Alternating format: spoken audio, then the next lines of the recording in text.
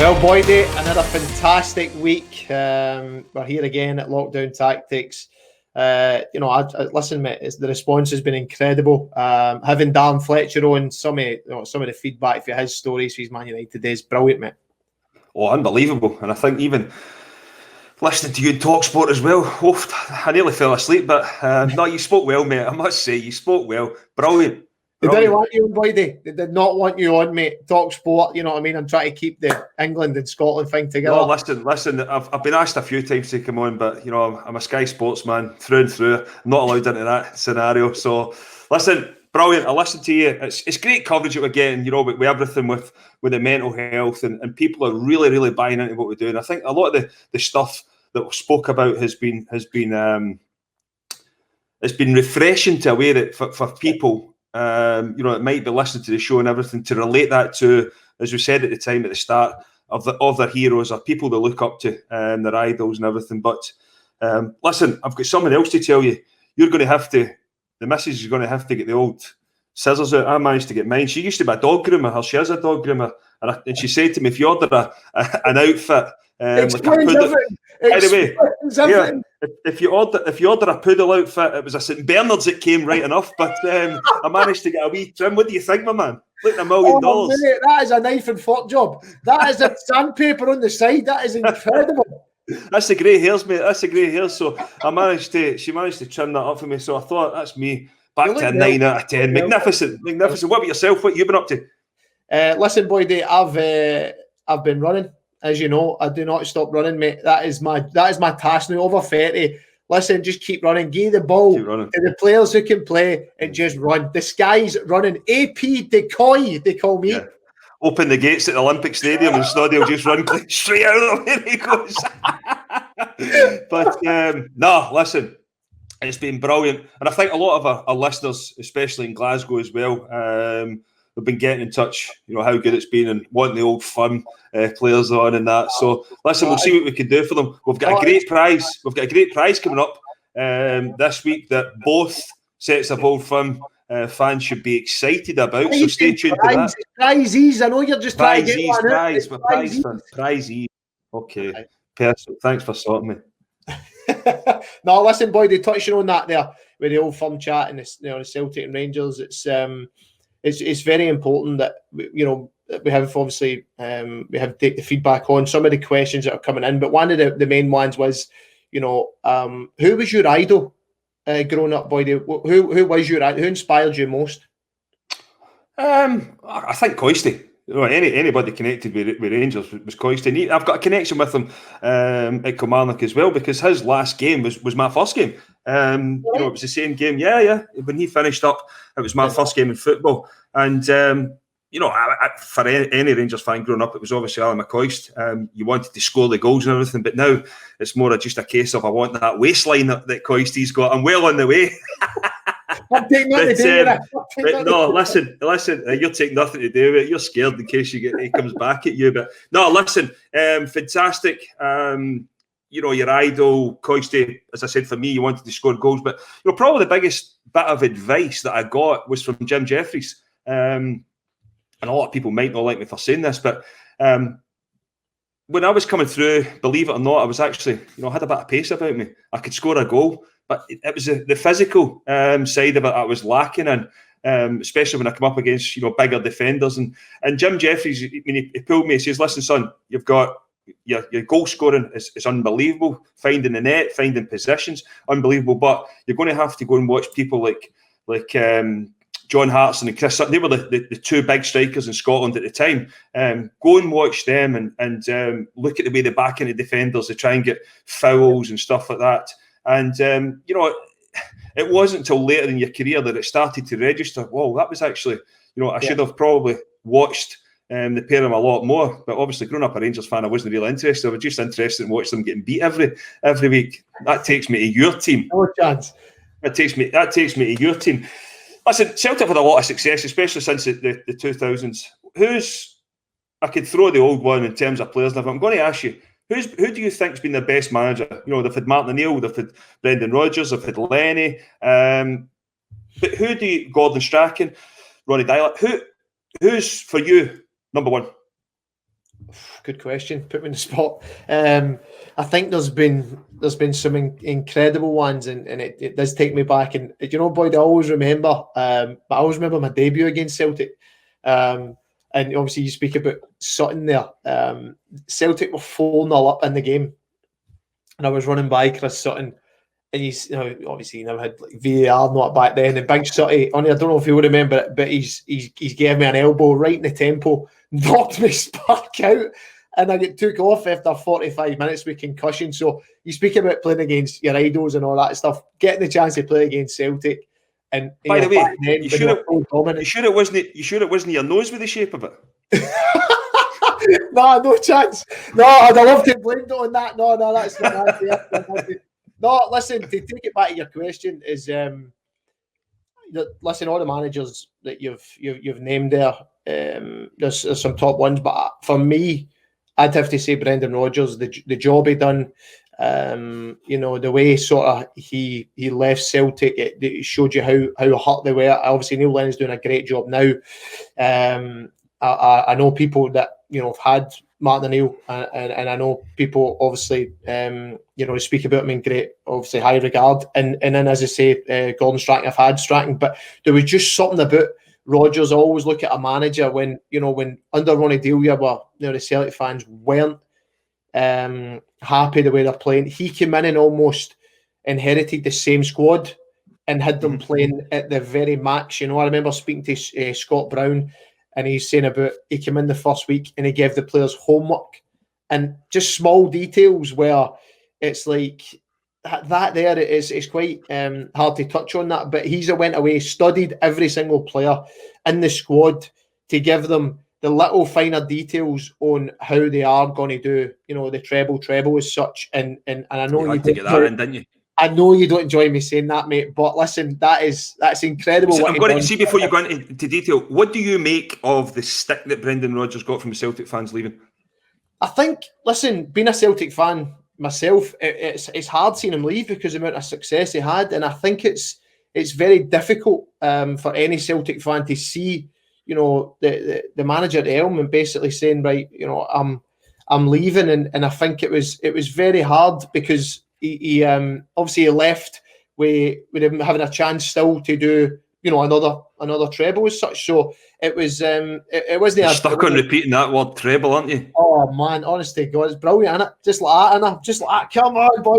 It's no, listen, it's no nice. I've obviously got Celtic fans, friends, and I've got obviously friends that are Rangers fans, but it wasn't a good feeling, and I think it was very hard to replace him. But I think Neil Lennon's done an amazing job. No, you're right, Snoddy. There's one thing about Lenny. He has done a good job for Celtic, and there's no doubt of another explosive season in Scotland next season. That's for sure. Yeah, no doubt, mate, no doubt. And listen, while we're going through the sort of the questions for the fans and the audience and people obviously tuning into the show, one of the biggest ones was how have you and Kris started this? And I think to sort of it's important that we do go in depth with it because next week is the mental health week, and it's massive. We have touched on it in certain ways, but one of the biggest things for me, one of my ex-teammates, Chris Mitchell, went and took his own life, and I played with Chris, and it was he's one of the nicest lads you could meet. He's left behind a family, and sort of to kind of relate me and you into how it's came about. You set up the charity in 2018, Chris, and your brother took his life in 2016. What does mental health mean to you and your family? Well, I think it's obviously it means a lot in terms of what I'm saying. It means a lot is that try and help people, because I don't want people to our families to go through what we've had to go through. And as you said there, it's mental health week, but the most important thing for me is it's mental health week all the time, and we keep going the way we've been going. And I think that was one of the things when we originally spoke about this was that it could have been anybody phoning you. You've had umpteen offers to do things, but you felt as if you had a connection with this. You felt as if you wanted to be part of it. And for me, it was brilliant to hear that, because I felt as if you know, with who you are, we can go and make a difference, and what we can do, and in terms of when I listen to a lot of things that you've said, and people have wrote about you. You want to help people, and that was the key for me, because that was when I go back, when I started the charity. I'll never forget it. You know, I'd always an idea in the back of my head that I thought, you know, and you were there. You've been there with youngsters at 15, 16, 17, and then they get released in football. Do we do enough to look after them? And when I was coming to the end of my career, I always thought maybe there's something there to go and work with players who are coming to the end of that have been led up the garden path as such of your dream, and then when they get to that 17, 18, they get released and nobody looks after them. I think that's something that needs addressed in football. But then obviously what happened when I got that phone call, you know, from Lee Clark, because my family had been trying to get hold of me, and you know, the world just ends. Do you know what I mean? It just that feeling in your stomach when you know, you need to phone home, and I don't. You just have a sixth sense. There's just something inside you connects and says there's something happened here. Yeah. So you know, for me, and I mean, it's probably for you know, for elsewhere to go right in depth with what happened. But I just felt as if speaking to my mum once, everything kind of came round, and I'll never forget it. I'd said, listen, I think there's an opportunity here to start a charity to help people. You know, when I look at what's been going on in our family, and no, I don't want you to do that. I don't want you to do that, because I think, you know, maybe opening up old wounds and that every time. Yeah. So another week passed, and she phoned me. And she said, Kris, have you started that charity yet? I said, Mum, you told me not to start it. But then I thought to myself that there is something that needs to be done here. There's something that I feel as if we can make a difference. And, you know, not only that as well, I mean, me and my wife, Christine's really bad with anxiety as well. And the biggest thing for me was that I'm still learning right now on how to handle things, and it's all well saying that people open up and come and you know, share their stories and looking for help. It is vitally important, and this is one of the things that I felt as if we wanted to do, or we are doing with the charity, is educating people. You know, if people do come with you that might be struggling with something, and I'm the exact same. I'm still being educated myself. Yeah. In terms of when people open up, don't reject them. Listen to what they've got to say. And that was one of the things for me for a number of years, that I just always seemed to bury my head in the sand and no listen to anybody that was going round about me. You know, because we've spoke about it. Your focus is on, I want to be the best football player I can be. But until it really hits home with your family, and things happened as they did, and then you say to yourself, well, I need to open my eyes and my ears. I need to educate myself, and hopefully help a lot of people, families that don't need to go through, you know, what we've had to go through. See that, Kris, where you spoke about, you know, your mum 1 week, and then she's obviously changing. Have you done that yet, Kris? It's do you feel as if when she's kind of pushing you, did you feel that was the defining moment? Yeah, I'm going to start something up. I want to really get a message out there. Did you feel as if it was a lot of backing from your family, such they kind of push the message?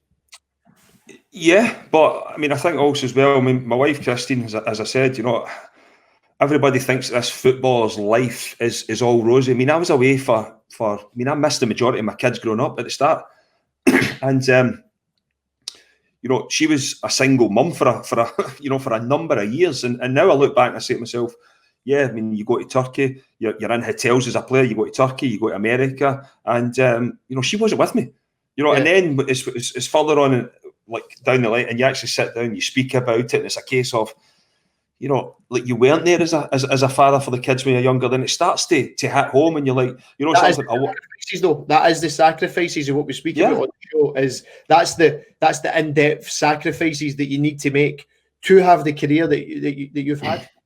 It is, but you know, as I said though, it's not until you finish and you look back and then you look and say, have I got the best relationship with your kids? Have you, you know, did you do enough for your kids growing up? And it's not until they're older that they realise, you know, what my dad done for me when he was away and stuff like that. But it's difficult. Jack Wilshere speaks about that in the show, doesn't he? And that's again that you can relate into it. Yeah, of course.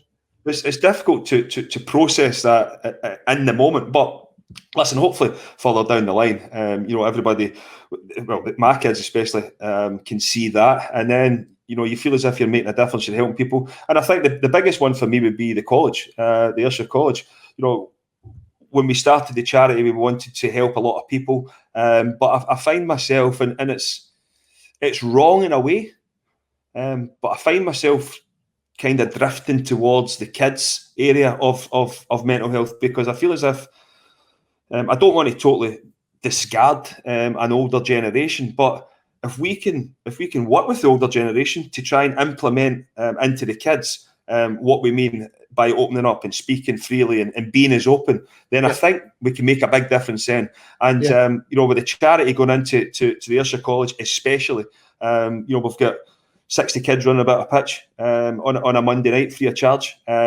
With their kit, all with the Kris Boyd charity, the number 9 in the back. Try and expand that, Boyd? Do you want to expand it? Because if you had such a good response from it, that you do want to grow it as such. 100%. I've people have criticised me in the past by saying that football is a middle class sport. I firmly believe that it is, because I only need to look at, and it's not every kid, but there's a lot of our kids in society, in Scotland especially, not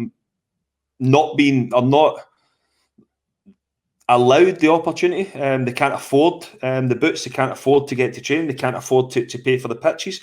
And we felt as if by giving these kids, and what I was saying was, they might not make it as football players, but getting them into that structure of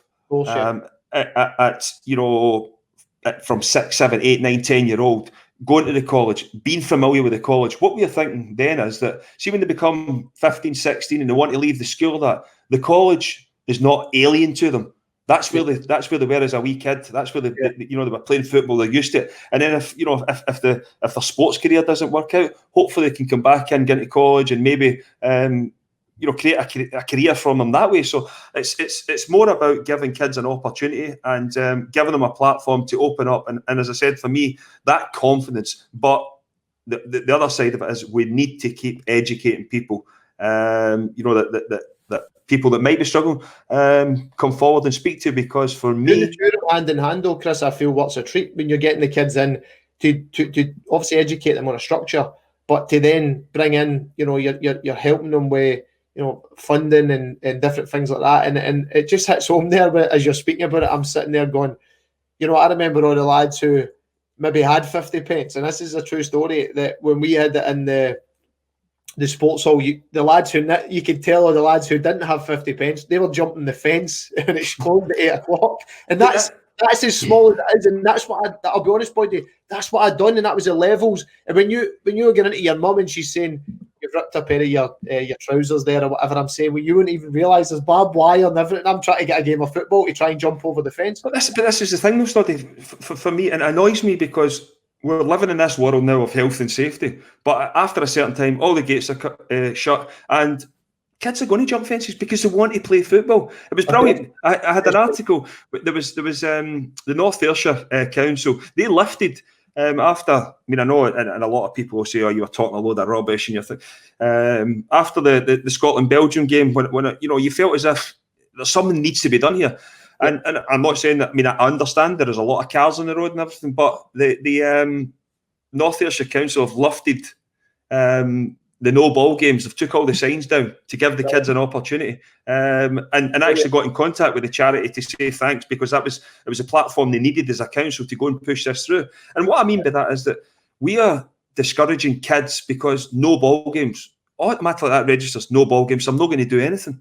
We need to encourage people to get out and about. And I know, as it stands right now, you can't get out and about. But see, once this lockdown finishes and kids are looking to get back out, hopefully areas like that start to prosper, and we can start to see kids back outside playing football, a ball at their foot, enjoying themselves. Because you go back to when we were younger, that's all you've done. That's all you've done. No, and it's, listen, mate, the reason why I wanted to ask you about it in the show, and it was one of the questions. The questions have been flooding in. It's been brilliant, the response, but it's very important that they do see the fantastic work going on behind the scenes that the charity's doing, yourself, along with your missus. It's brilliant, mate, and it ties in brilliant with what the kids, what they're crying out for is they want to play football. 60 kids coaching. Listen, I'd be, that phone call, if it happened again yesterday, I would jump at the chance to try and grow it and try and build a platform for kids to give them the education on mental health, but to give them an education on structure and sport in general. So fair play to you, mate. Fantastic. That's been good, as I said. I can't complain, and you know, I don't want to sit here in a podcast and say every week, but you know, I'm delighted that you're on board, and hopefully, as I said, we can make a difference going forward. And there's no doubt I'm sure we will, because you only need to listen and read the comments and the feedback that we've had since this has started. Once we come out of this and we can really get after it and make a big difference, I'm sure it'll make a difference to a lot of people. So Let's go for it, my man. Well, Boyd, that was some inspirational stuff, mate. It's you know, getting me quite choked up there and emotional. It's brilliant to see what you and your family are doing. It's superb, and we are making a difference. I do agree with you, and it's more and more as the sort of the weeks go on. The names we've got coming in, and you did touch on obviously Gregor Townsend there, and you know, that'll take us into our next guest.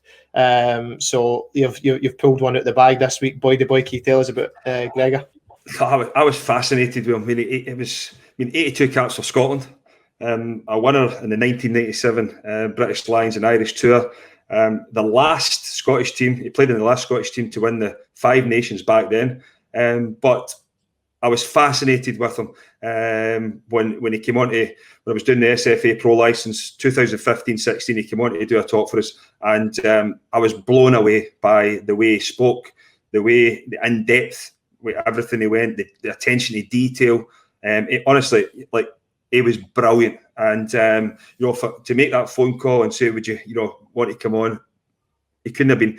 It was buzzing. And for us, it's another great guest. And not only me on that course, you know, people like Paul Hartley, other managers as well that was there, Gary Teal, Robbie Nielsen. They still, even when I bump into Tilly plays five-a-sides with us, when we bump into him as well, he'll still say, I remember the Gregor Townsend stuff. Brilliant, fascinating. So without further ado, we're going to welcome in Gregor Townsend. How you doing, guys? Good, thanks for joining us. I know you've got a wee story to tell us about football later on in the show, about when the Scotland rugby team came up against the Scotland football team at coaching and everything. But to kick things off, what does mental health mean to you personally? Well, I think it's an issue we all have to deal with. I think more and more throughout society, we are dealing with it, and people are opening up, which is great. But there's still a lot of people that, for whatever reason, are keeping the problems to themselves. And it's things that we see in sport with the expectations that we place on young men in our sport, and obviously you guys' sport and football, the changes in their lives, the pressure of performing, the pressure of getting a contract, the pressure of coming back from injuries and not playing as well as you can. These are things that are much easier to deal with if you can open up with those around you. But on too many occasions that doesn't happen, and it makes it tough for these young men. Do you feel as if rugby's doing enough? No, I think we can do better. I think the environment are changing. I think maybe in the past it would have been a sign of weakness, or perceived as a sign of weakness to say you're struggling either physically or mentally. But that environment is changing, certainly in the groups I've worked with. And we want to encourage that, for people to open up. They might not want to come and speak to a head coach or a coach. It might be a teammate. There is always the mechanism for them to speak to someone that's an expert in that area, a psychologist. So we have to be better. We have to look and find out if players are struggling, because a lot of people that do struggle hide it from others. So just looking to see ahead of when they really are struggling, that we can help them out. Gregor, see the point where you made there about, you know, it's very important that we do sit them down and we do speak to them or whatever. Like, how, for when you played and then to now being a coach, but you're dealing with the biggest strength they need to have is their physicality, is their mentality to be strong. But how do you then create the difference in rugby to try and say, well, I want to try and get them to open up, but I don't want them to be weak in terms of, you know, thinking it's okay to be weak, because people don't understand that situation, that you've got a tough job. You need to mentally get them tuned in to be strong and mentally strong. But if there's a weakness there, how do the conversations take place? Well, I think they're linked together. We ultimately want our players to play at their best level physically, to be confident, to be free of anxiety or free of worries, and free of the worries about making a mistake. The best people I've worked with in sport are those that bounce back from mistakes, that are resilient, that can park it and move on, that can learn from it. So we want to create that, and our training want to create that in environments that players go into their trainings, they go into their games without any issues. And we know how tough that is. It's tough because everyone's different. Everyone can handle pressure differently. And I think with the most modern generation we're working with, social media gives an outlet of more pressure that wasn't there before. Social media can be a great thing, but after a defeat, when you play for your country or play for your club, it can be a bad thing if people are having a go at you personally. So we have to create that environment that people can open up, not bottle up, and then move on. And to me, that would be a strength. And it's a strength to show that you're vulnerable at times, whether that's a head coach or a leader or a player, to go, look, I'm struggling here. I need help. That's a strength rather than a weakness. Well, see that, Gregor, in terms of, so when you're a player, and the structures are set in place. Me and Boyd would have had it in football. So when you're a player, like obviously yourself before to now a coach, right? When you're a player, you see that the club have put somebody in place, and you then think, right, okay, that's the go-to person. But you as a coach, is it very important for you to, if you're bringing in a psychologist, that they have played rugby and they do understand that side of it, to then, you know, understand the boys' thoughts and their thought process going into games or actually opening up? No, not necessarily. I think they probably have to understand sport, not necessarily rugby. I think that it's important that they build relationships and that a player feels comfortable speaking to a psychologist. And it might not be a psychologist. It might be an assistant coach. It might be a senior player. It might be the head coach. But there's got to be someone in that group that they feel they can open up to. Now, if they can open up to everyone, that's brilliant. And that takes a lot of courage. And people don't want to be seen as being vulnerable. They want to be seen as physically great and mentally with no struggles. But we all have pressures to deal with. So that could be anyone. As long as that person has a connection and builds a relationship with that player, that's going to unlock what they're thinking about and worrying about. Gregor, I always remember back to when you came and spoke on a pro licence that you, within the group, as the players, you had group leaders in there. Have you took that from even like from the Glasgow Warriors to the Scotland national team? And how has that developed over the years in terms of, you know, you speak about having people to go and trust and speak to. Is there more onus on those group leaders now as such? Yes, certainly in terms of the game plan, driving the standards and behaviours, modelling what you want to see, and also being that point of reference for young players to come in to speak to. So we really want our players to develop as leaders, and by the Thursday, Friday of a week, we're really passing the game plan on to them. Those are the ones that are going to be making the decisions the following day when we get to play. And it should apply to dealing with mental health issues.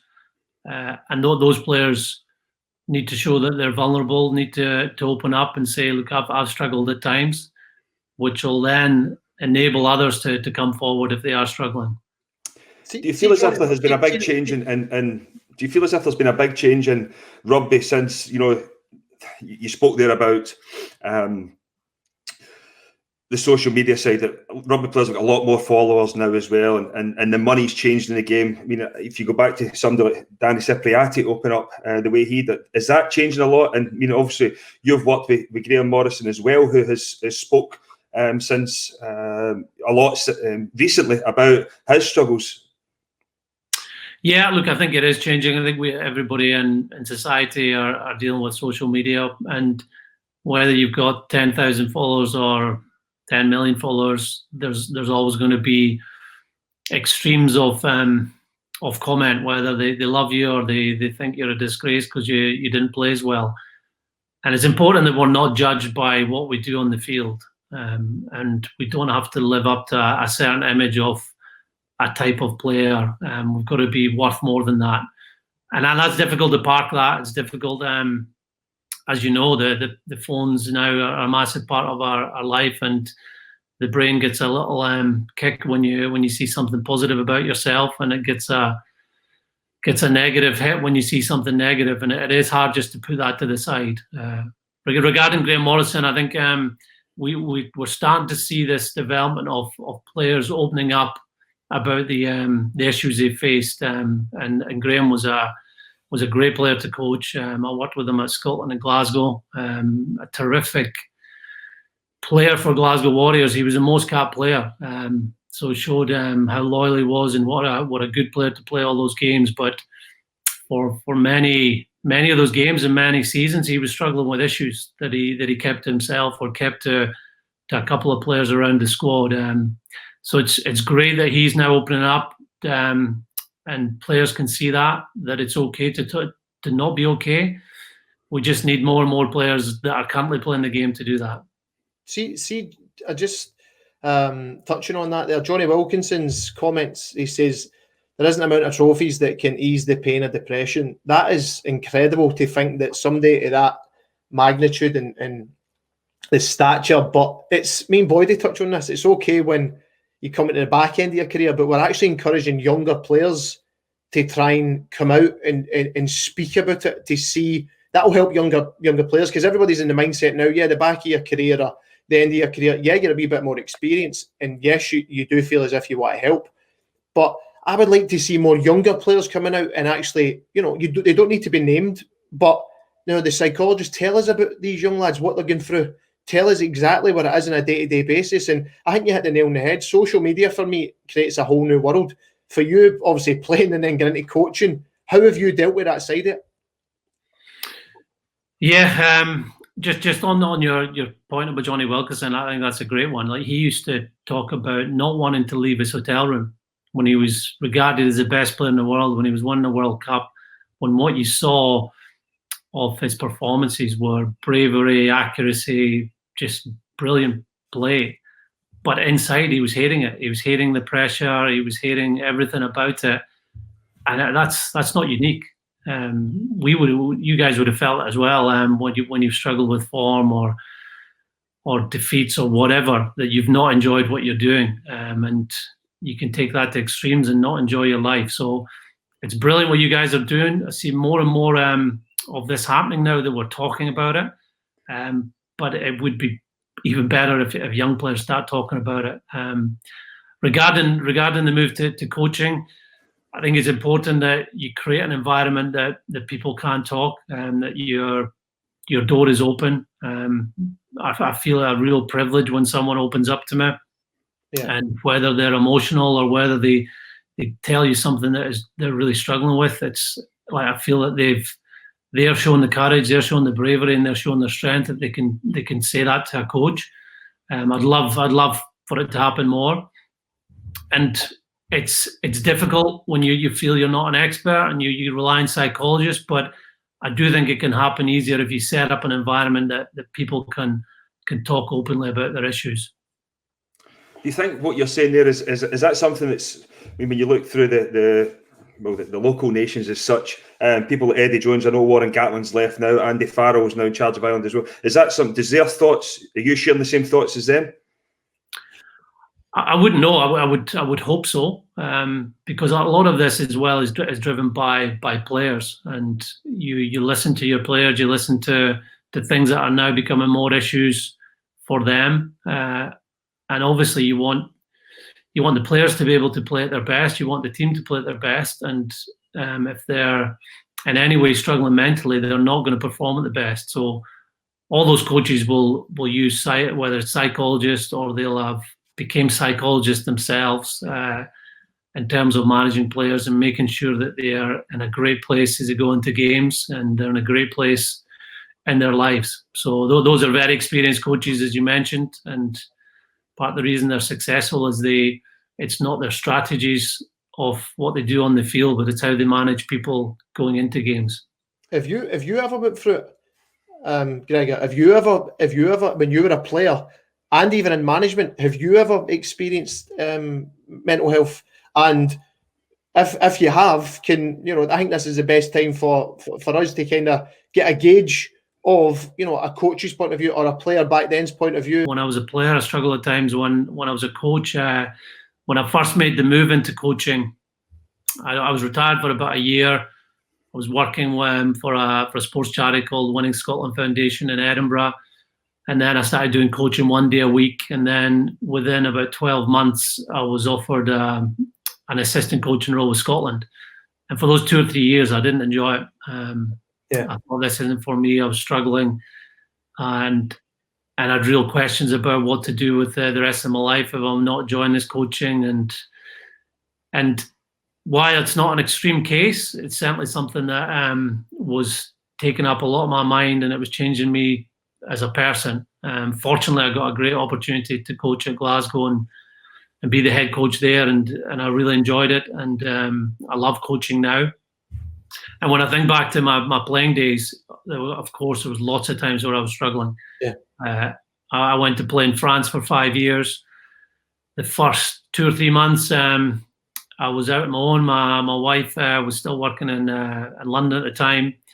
The coach who signed me, I'll maybe share a couple of stories about him later, but he suddenly went from my biggest fan to someone that didn't like me anymore. And there was only one other foreigner in the team who was an Argentinian, so I couldn't really speak to anybody. I was left out of the squad. You feel very alone, and you think, what are you doing here with your life? This is not enjoyable. So these moments come a lot when you're coming back from injury, you've been dropped, you doubt yourself.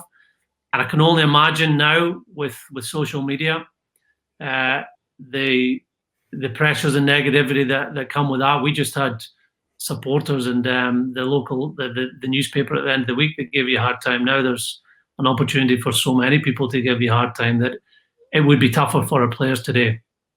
How did you get through that period, Gregor?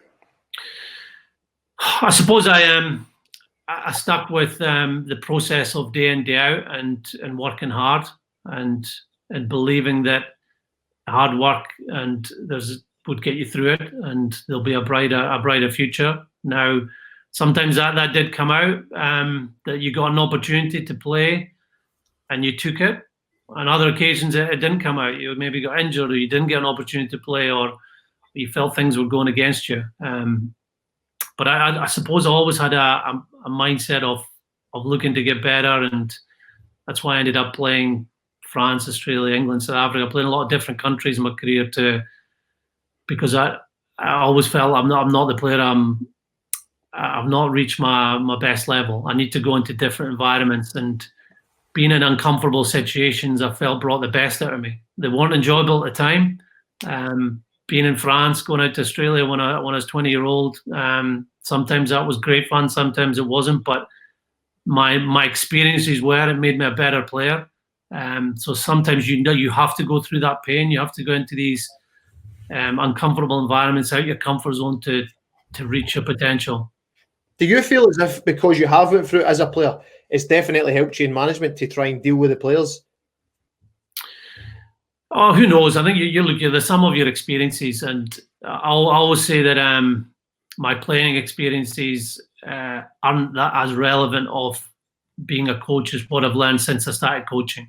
Like the experience of working with people and dealing with issues, and how you approach certain people, and what you feel is right, and things you get wrong that you can improve.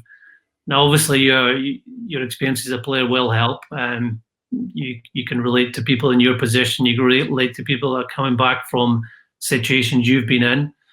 But a lot of coaching is about management of people, building relationships, looking at what other coaches have done in other environments that are really successful, and there's a reason for that. Things that you don't know as a player. You probably think, as a player, I could be a good coach because we need to be playing picking this guy, or we need to be playing this tactic, we need to be training more or less. But there's obviously so much more that goes into what a coach does that you only find out once you start doing that work. See, if you go back to your time in France, if you had opened up, what do you think would have been the coaches or your colleagues, your teammates, what would their response have been? Good question. I'm not sure whether the coaches at the time would have been as open to seeing that as a courageous thing to do, that someone's struggling. They would probably have seen it as a negative. Can we trust that player that's got mental health issues, that is really struggling with their confidence? And look, that's not right. I think the coaches that I worked with as well were very caring, and they want the best for you.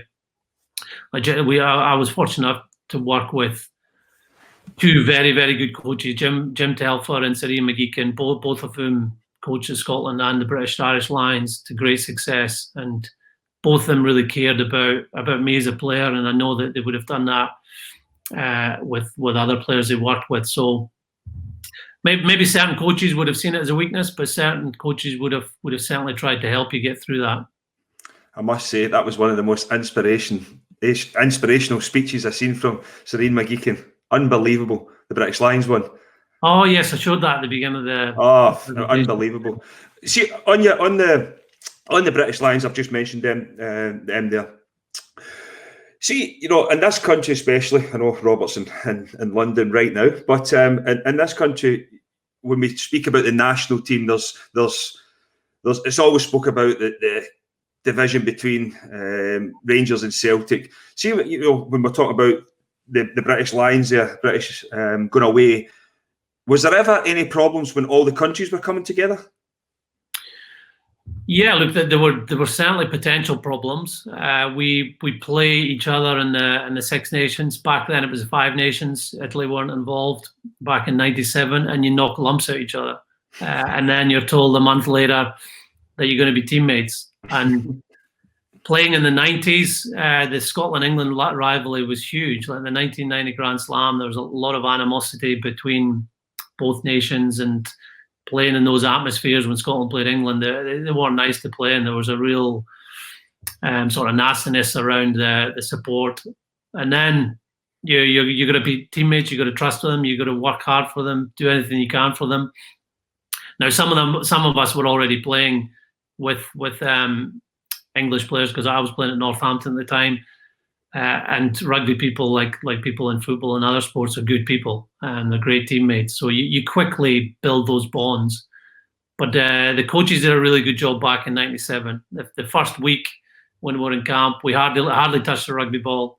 It was all about getting to know each other, putting certain principles and rules in place that meant that we'd come together more as a team, that we'd help out those that aren't unselected, because on a Lions tour, there's 2 games a week. So you can get a midweek team that becomes a second team, and a Saturday team that's the first team, and you can get splits in the group. But they ensured that wouldn't happen, that we would help out, we, as in the Saturday team, which I was fortunate enough to be involved in, would help out the midweek team, and we'd all share the same win bonus at the end. It wouldn't be for the team that beat South Africa, it would be for the whole squad. So there's a real team ethic in that group, and it was a fantastic tour to be a part of.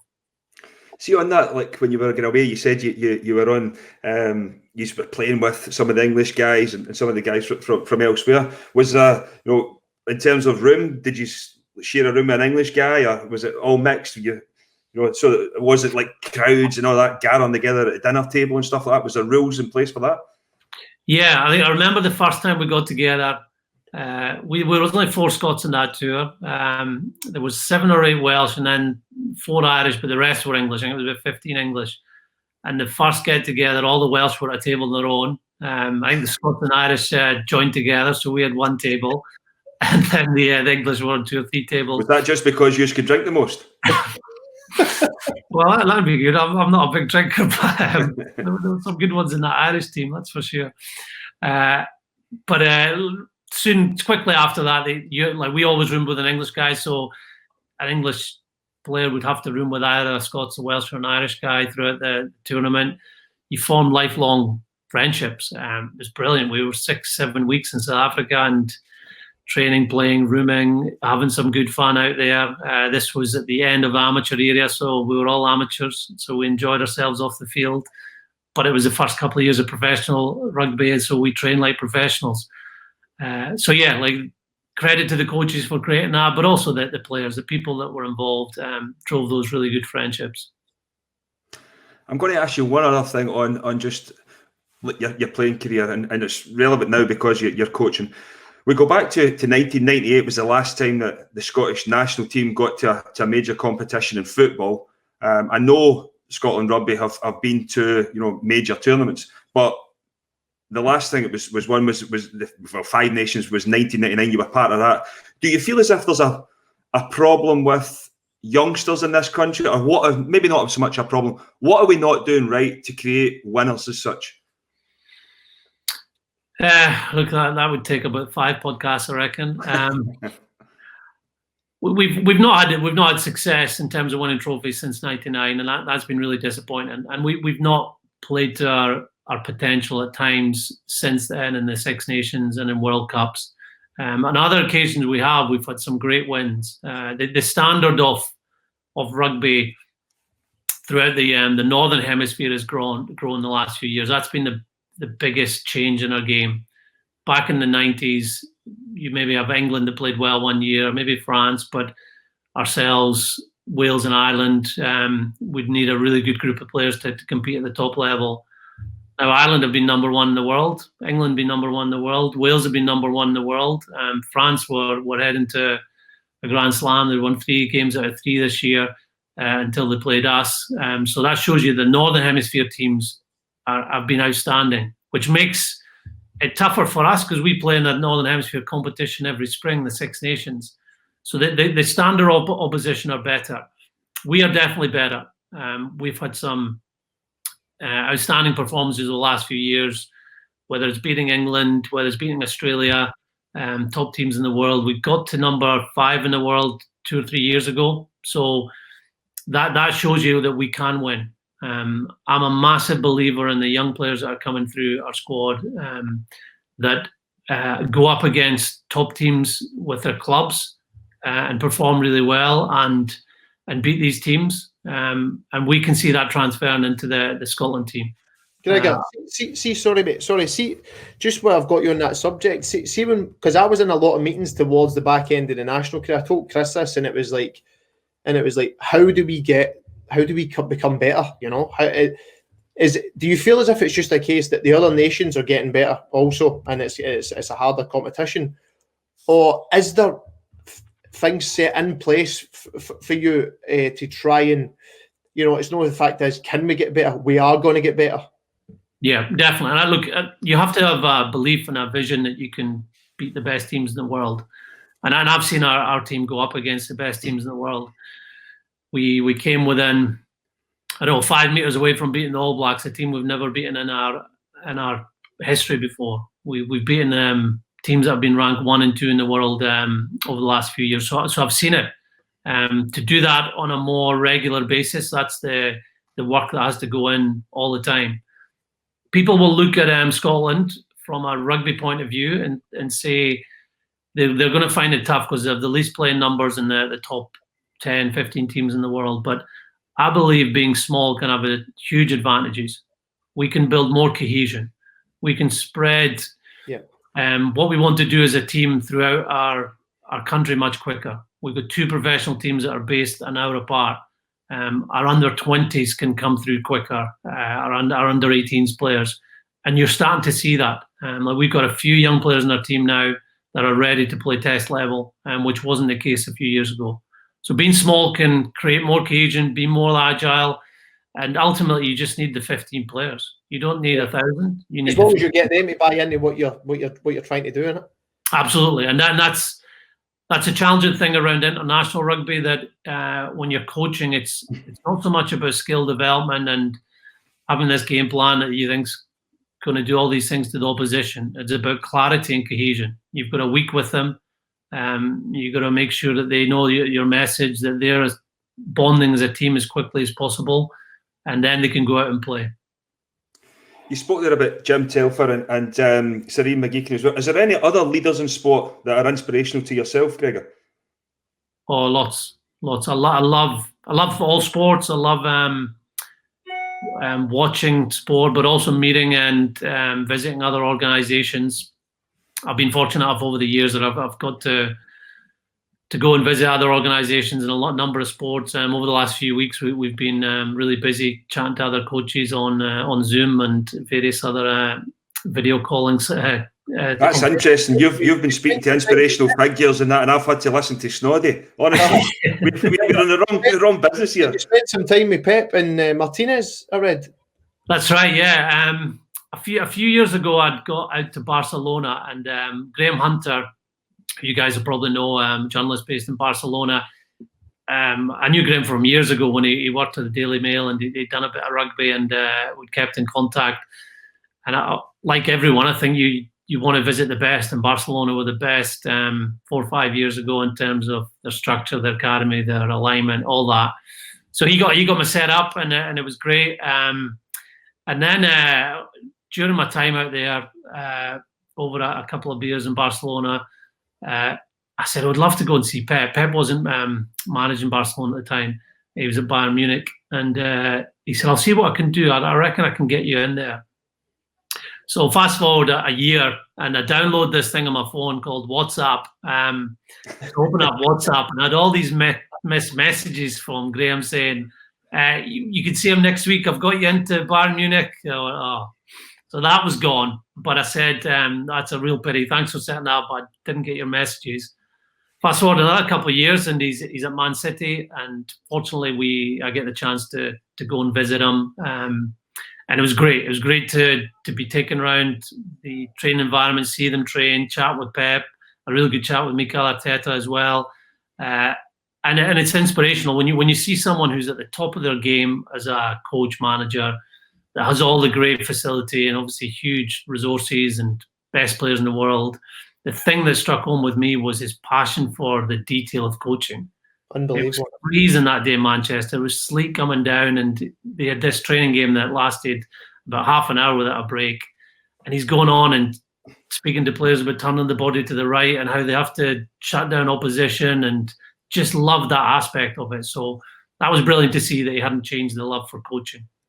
Yeah, he spent a lot of time with a chess. Did you see that? He spent months, Boyd, with the best chess player in the world to try and get in the minds of the opposition managers and what they would think on what moves they're doing.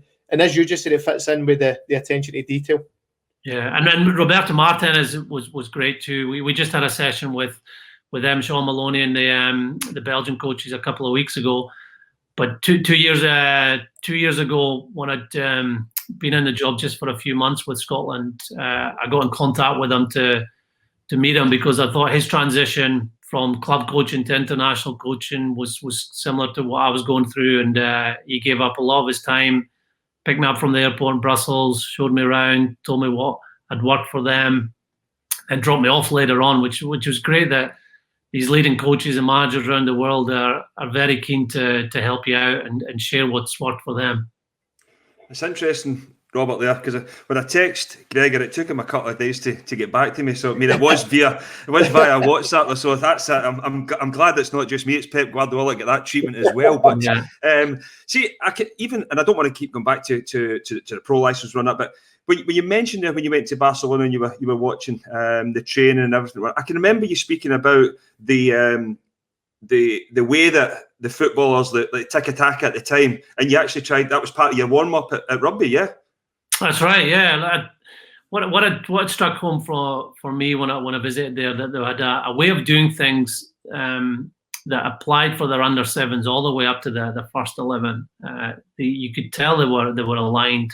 The under-7s wore the same kit as the first team.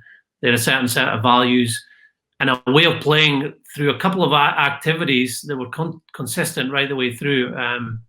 The rondos, the tiki-taka, a kind of transition game that I'm sure you guys have played a lot, where two or three people are always in the attacking team. So when they lose a ball, they're in the attacking team. I thought you were going to say in the middle, because that's Snoddy's favourite position when he's trying to get it back. But so we tried to devised one a little bit like pretty much a tiki-taka rondo for rugby of passing the ball, and that was a way of improving your catch pass skills. But the transition game we used a lot more as well, because our game is transitions, not as many transitions as there are in football, but you lose the ball, and that's when you've got a real advantage when the defense is unorganized. When you kick the ball to the opposition and they kick it back to you, and their defense isn't organized. So just seeing that something that worked for them all the way through their system meant that when they were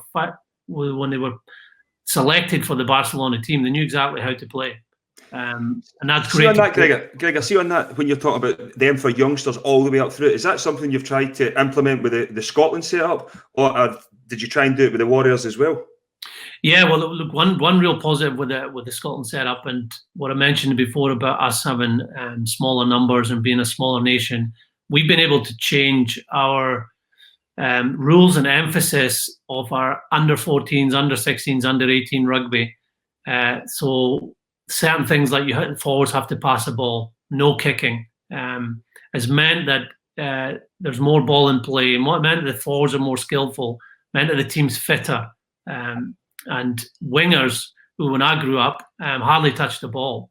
There was a lot of kicking, and the ball, like the weather wasn't great, the pitches weren't great. So wingers, we never really produced a lot of wingers. Now with this new way of playing, our wingers are coming through and they're looking great because they're getting more chances to get on the ball. And I've seen that being a long-term aim of creating the players we want to have in the Scotland team that are fitter, more skillful. We're never going to be the biggest team that plays World Rugby, so we have to be fitter, more creative, more skillful than the opposition. So that long-term goal, I could see it happening, but it actually had short-term gains as well. 2 years ago, our under-18 team played Scotland, played England, Ireland, and France. Now, I played 2 years at under-18s for Scotland, and I've never won one game. And we had a good team. Never won one game of playing all the teams we played against. 2 years ago, our under-18s beat England, Ireland, and France. And the game they played was so much quicker than the opposition because they'd been used to doing it at their under-18s, under-16s rugby. So that fills me with a lot of optimism for the future. And that under-18s team now, we're playing under-20s this year. And their last game against Wales, it was the last sporting event, I think, before the lockdown. It was the night before we were supposed to play Wales. They scored 6 or 7 tries down in Wales and had a great win. So our players are coming through with that fitness and skill that will help us win at international level. Have you seen that? I'm sure every Scottish fan will want to know, are we on track to win a Six Nations soon with the young talent coming through?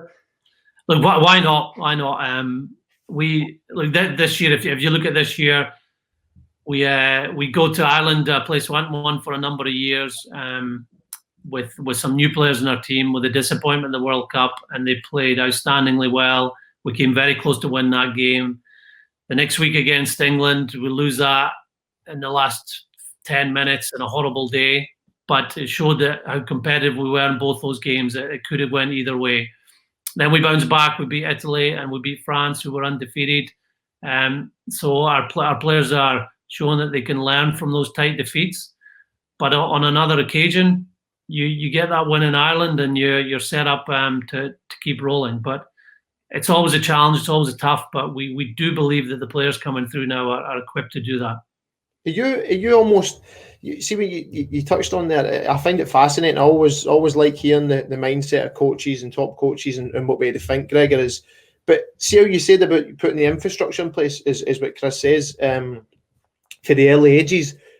Was that something you learned when you went and visited these, the different sports to try and see what they were doing, or was it, how if, I look at different instances, I see Chris Hoy, he comes, he finishes runner up and then he wins the gold and he comes out and I spoke to Chris about this and he speaks about, one thing that our team was massive on was beetroot juice, right? I know it's something so small, but he thought that 1% was probably a massive difference in their camp, where it was like opens the lungs up to get the heart, to get them, more oxygen in. And I was like, do you know what? If it's good enough for Chris Hoy, I'm doing it. So I'm drinking beetroot juice, and I swear, I'm not joking. Just because of that alone, I actually felt as if that I became fitter as a player and as a person, because I almost put my neck in the line to say, well, I'm going to try something different. Do you feel as if that as a coach, because we do speak about Scotland, let's be honest, where it's like, oh, it's the same old story for Scotland. How many times have we heard that? But, you know, you're saying there, you're trying to make the 1%. And, you know, I just want to know, is it, where did you bring that in? Is it something you've spoke about as a squad, as a group? Yeah, look, it's always been the way I've looked to approach my playing career, my coaching career, is learn from others that are doing great jobs around the world. Yeah. We don't have all the answers, and that could be on beach reduce. It could be on a way to speak to players. It could be on a facility change. There's the more you can find out, the more you can apply to your environment, the better, and the more you collaborate, because not just keeping that to yourself, that's not going to help. So bringing others in, getting their ideas. I love the whole process of that, and sometimes those ideas don't lead to anywhere. But if you can get one or two that helps your team better, helps the whole environment get better, then that's a positive. It's interesting on that, Gregor. Do you feel as if that is the same case with all the rugby? Can you go to other rugby nations and work with them? Because I imagine if that was in football, it would be a closed door. Listen, you're a football player, football coach, whatever. You're not getting in here to see what we're doing. In rugby, do you go? Are you speaking about going and visiting other sports? Yes. Look, we're lucky in that we're international coaches, so we can go and visit clubs. We wouldn't go and visit another international setup, probably. They'd probably say no to us, especially if we're playing them in that year. If we're not playing them in that year, that they can be open. I think you'll find that I've found that the coaches are always keen to share, because they get something back. If you're visiting them, they're going to be picking your brains as well. And more often than not, you see that people are open. And I've been amazed at other sports as well, like just getting into football, American football, with 2 rugby league coaches on last week. Like, just that them giving up their time and insights to what they believe worked for them is great for us. See, I want to go back to your playing career, because I'll never forget that story you told us about your French coach. Oh, yes. When you were warming up, ready to go out. Snoddy, listen to this. Is one way to get up for a game of football, a game of rugby, but I want you to try it. Well, in fact, you'll not get away with trying it in football nowadays. Let's see, wait to hear this. No. So I'd gone to a team called Brive, which no one really outside of rugby knows about Brive. It's only a town of 50,000 people, but the year before they were European champions in rugby. So I thought it was a great club to go to. I was at Northampton for the years. I spoke to a couple of French clubs.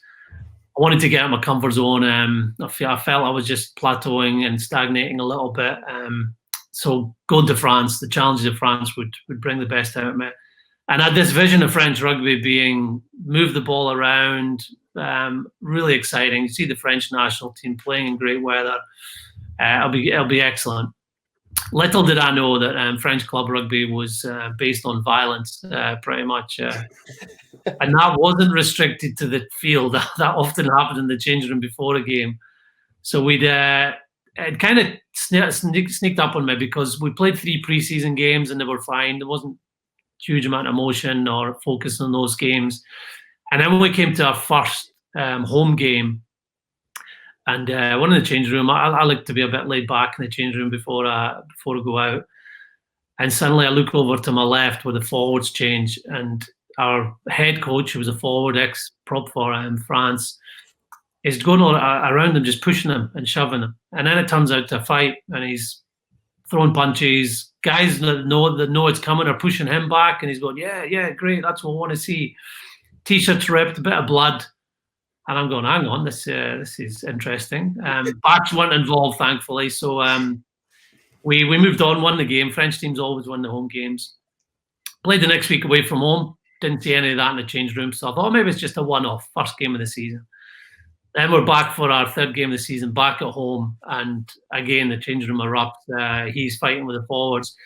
And he shouts over to myself and Argentinian centre, the only 2 foreigners in the squad. So maybe that was the reason why he shouted to us.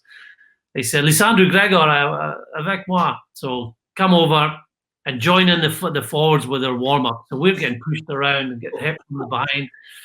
And then he shouts at us, on the floor now. So he gets both of us to lie on the floor. So 2 backs, and we're not the biggest backs in the world. These huge French forwards are looking over us. And then he instructs them to start to run over the top of us. And we've got the studs on. This is 2 or 3 minutes before kickoff. So we've got the studs on.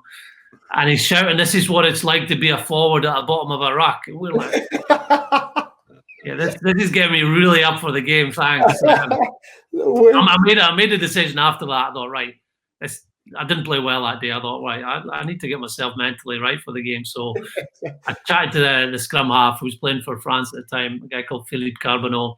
I said, right, let's us just stay outside. There was a patch of grass outside the changing room. We'll just practice passing until almost kickoff time.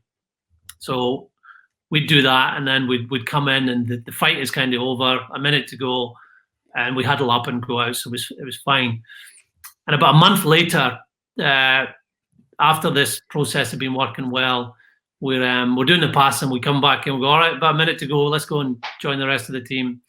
And they were already huddled up, and we come into the huddle, and you just knew something had gone wrong. Like there was just an atmosphere about the place. Something's not right here. Everybody's quiet. And I looked across the huddle, and a little winger, a little red-headed winger called Pascal Bonmati, and he had blood pouring down from his head. And I knew what had happened, but we had to do the huddle and let's go out and play before I could speak to him. And as we're running out of the tunnel, and I said, "Qu'est-ce qui s'est passé? What had happened?" And he went, "Oh, the head coach just headbutted me."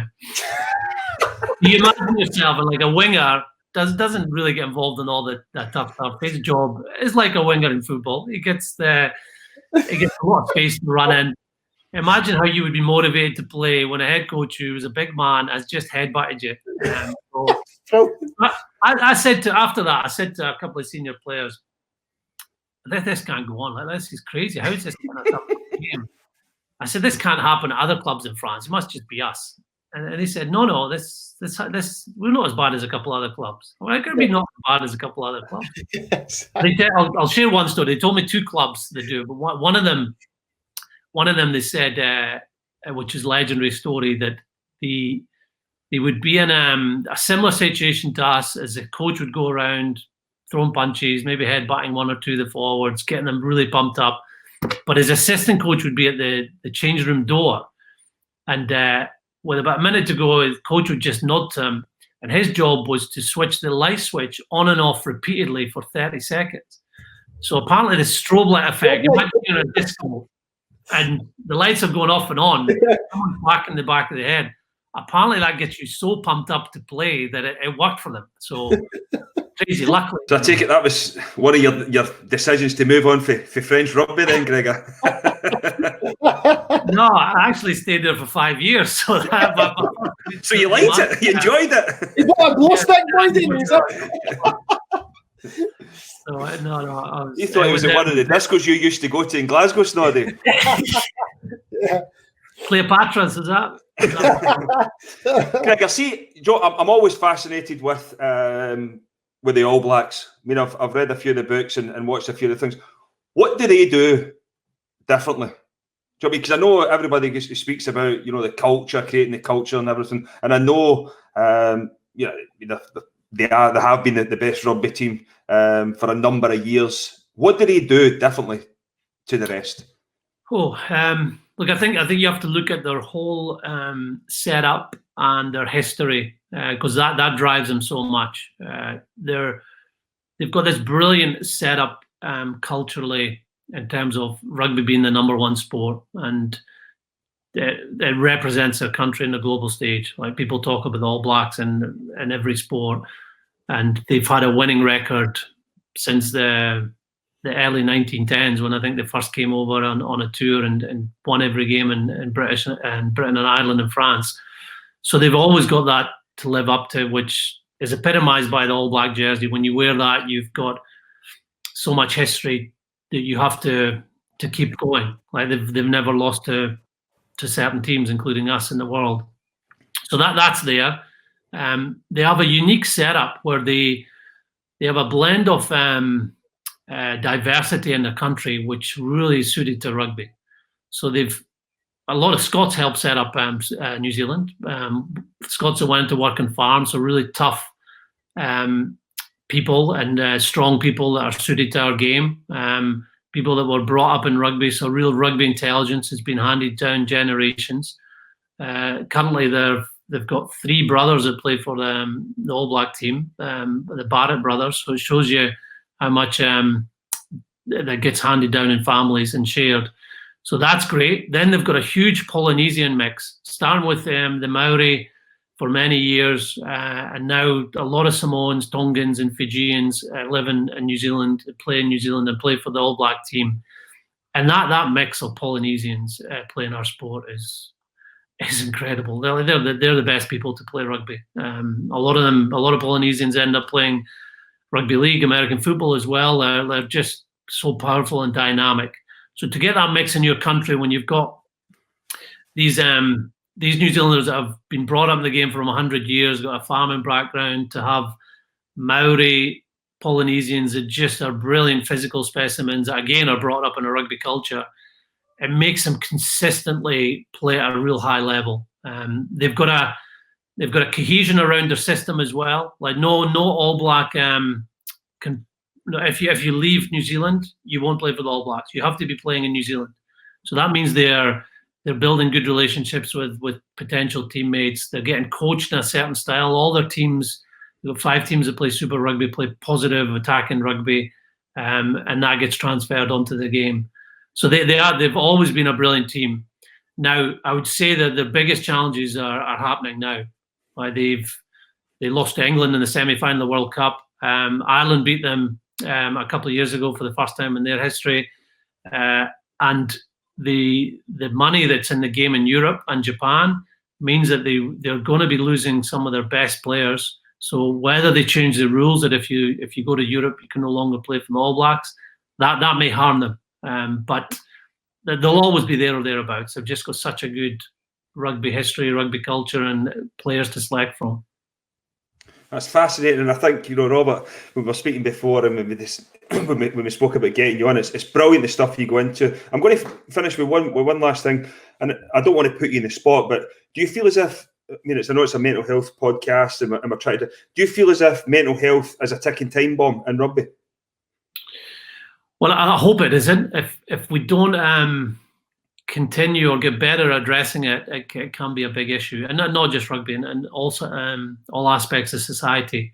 And I've really enjoyed the fact that people are talking about their issues more, saying it's okay to be not to be okay. And the more we can get that culture of people talking about their issues, that means you share your problems. You take a weight off your shoulders by not keeping it to yourself, by being true to who you are, not trying to project an image of who you are because it looks good in social media. If you're struggling, just say you're struggling. Yeah. And that'll be a sign of courage, and make you a happier person, make you a better rugby player. But we've got to make sure that we create environments for that to happen, but also have the support around players to know that it's okay to talk about these issues. So yeah, we've got to put more work into it, and we've got to be better at helping people overcome these struggles. Well, I think everybody that's been listening to this podcast is holding on to the end to see who won that match, that 5-a-side match, with the rugby coaches and the football coaches. So you can now embarrass whoever. Yeah, so Alan McLeish and I we were training at Oriam together, so we're both national teams, football and rugby are based. We often don't overlap because our games aren't at the same time as the football team, but there was 1 week we were going to be both together, so we decided wouldn't it be a great idea for our players to sit down with the football players and us as management. We have dinner together, and over that dinner we said to the management that we often play 5-a-side football with opposition rugby management. Usually when we're on tour or teams like Argentina, Australia are coming on tour to us, how do you fancy a game? And they say, yeah, we'll be up for that. And I was hoping Big Alec would play. but he said his body wasn't great. So we played. James McFadden was part of their management. So the quality of their management in terms of athleticism and football was a bit better than ours. And normally I'm quite an optimistic coach, so I'll try and paint a picture that we're going to win, that I believe in you. But that week, speaking to the rest of the management, I was saying, we're just going to keep the score down. This is going to be a huge struggle. They were actually quite confident. I said, do you know who we're playing here? Let's be fighting over there. So the pressure was on us because both some of our players watched. Some of the football guys, I think, were training, but they did sneak in and watch some of it as well. So you obviously had to look like you're working hard because your players are watching you. We were 2-0 down after about 10 minutes. Then McFadden tore his calf. We'd actually overcome. Our psychologist tore his Achilles after 2 minutes, which was a that's early on. So after that, we actually did a good job. We had Al Kellick, who's 6'8", as a defender. So he was muscling guys out of the way. Sean Lamont, who's a big guy who's in goals. He actually did a good job after that. And we find ourselves 2-2. And unbelievably, we got the winner, 3-2. So I couldn't believe it. Did you find yourself in the score sheet? So the next day, so we were celebrating that. We're in bits after it. Psychologist is gone, unfortunately, out for 6 months with a torn Achilles. And we're all really tired, sore the next day. And one of the players had got our analyst to film the game. So the next meeting, and I can't remember who we're playing, but let's say we're playing Wales at the weekend. I'm just about to give the big presentation on how we're doing Wales, and they say, "Hang on, Gregor, we've got a review of a game we'd like to share." And they'd seen it, like they'd clipped every time that I'd ran and then put my hands on my hips, and I'd actually nutmegged someone, and I was celebrating the nutmeg that one of the guys in the football management got the ball and scored at the other end. So they were like circling me and bad behaviour, bad tactics, all that. So, but we did get the win, so that was. You did get the win. That's the most important thing. But no, I think Robert as well. We've definitely enjoyed that. I mean, it's definitely helped a lot of people out there, and thanks very much for giving up your time for us on the podcast, Gregor. Thank you. Well done for what you're doing, guys, and good luck with it. Thank you very much. Well, Snoddy, how was that for you? Brilliant. Honestly, incredible. I think when you see him speak there, Boydie, and what he's the infrastructure he's trying to put in place for the young kids, the story he told about the 14, 16s, and how it sort of benefited his squad when they come through. I think it just shows you this sort of. It all comes back to these leaders and these captains and managers. It's all the 1% so looking for it. It was fascinating. I thought it was incredible, mate. It was, but I need to ask you. Where is your where's the acres of land that you've bought that you've planted this beetroot juice or the beetroot in your I need to find out more about this. Listen, where did the beetroot story come from? There is no hope for you. You can't even do 1 kilometre. Never mind the 5 kilometres. You're only 6 kilometres. I'm counting the amount of kilometres you want me, mate. Mate, to be honest, I didn't really need to. 1 kilometre a game, followed by a couple of goals was enough for me. But listen, enough of us. I'll get to the bottom of the beetroot juice in another podcast. But tell us about the great prizes we've got this week. Oh, fantastic, mate. Listen, we've got 2 midfield generals as such, 2 number 8s, fantastic prizes, green and blue. We've got a Scott Brown signed jersey and a Steven Gerrard Rangers signed jersey. Get across all their social media platforms for a chance to win those fantastic jerseys. Don't miss out. Brilliant. And that'll finish us this week of another great episode of the Lockdown Tactics. Remember, it's a go-to podcast on mental health. And once again, Robert, thoroughly enjoyed your company. I think with the guest as well. It's been a fantastic episode. Thank you.